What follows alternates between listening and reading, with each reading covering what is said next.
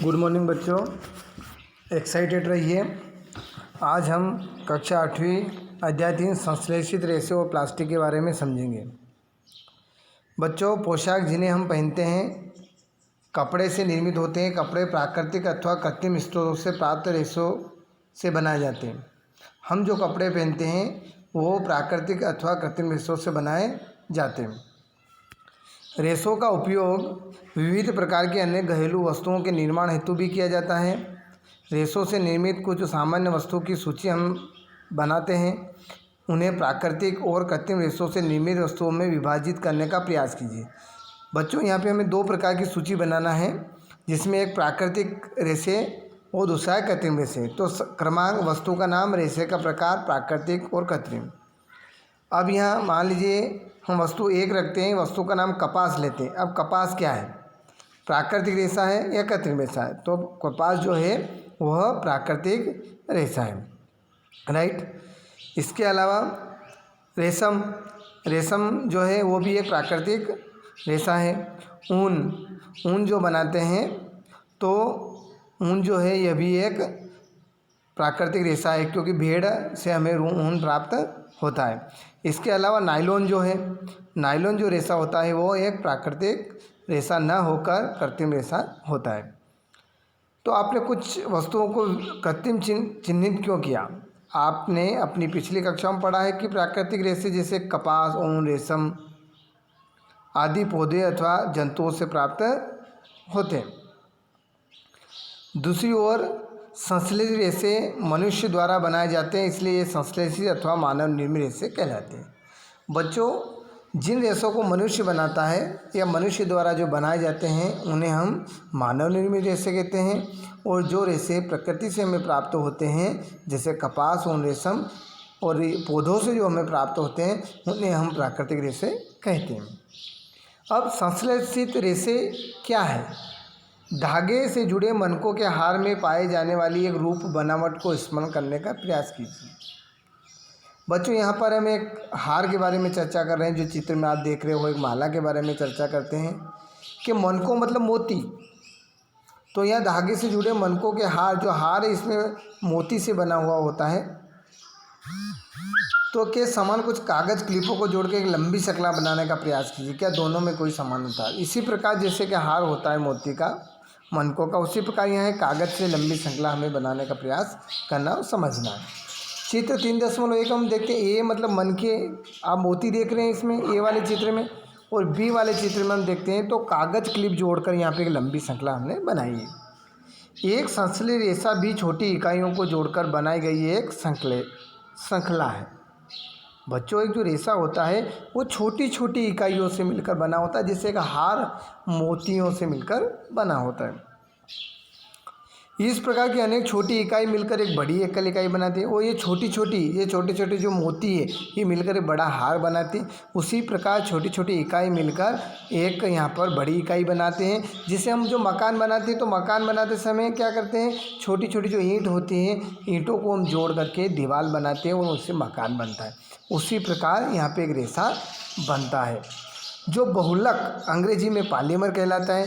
Polymer शब्द जो होता है वो ग्रीक भाषा के दो शब्दों से मिलकर बना है, पाली तथा मर से मिलकर बना है।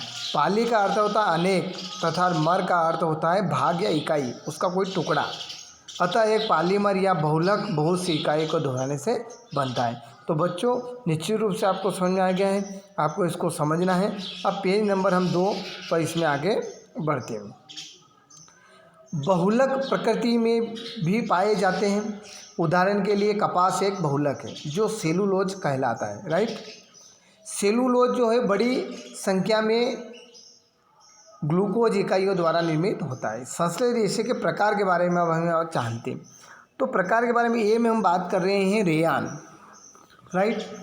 रेयान आपने कक्षा 7वीं में पढ़ा है कि रेशम कीट से प्राप्त किया जाता है। बच्चों, जो रेशम प्राप्त होता है वो हमें कीट से प्राप्त होता है।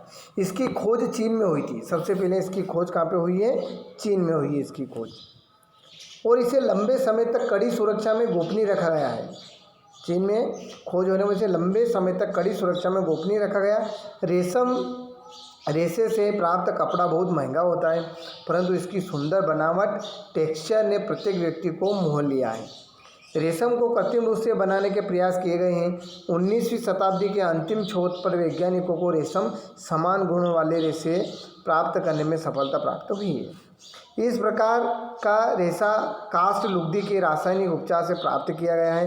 यह रेशा रेयान अथवा कृत्रिम रेशम कहलाता है। बच्चों, यद्यपि रेयान प्राकृतिक स्रोत कास्ट लुगदी से प्राप्त किया जाता है। रेयान किससे प्राप्त किया जाता है? कास्ट लुगदी से। ये एक मानव निर्मित रेशा, इसे प्रयोगशाला में बनाया जाता है और मनुष्य द्वारा निर्मित किया जाता है, वैज्ञानिकों द्वारा निर्मित किया जाता है।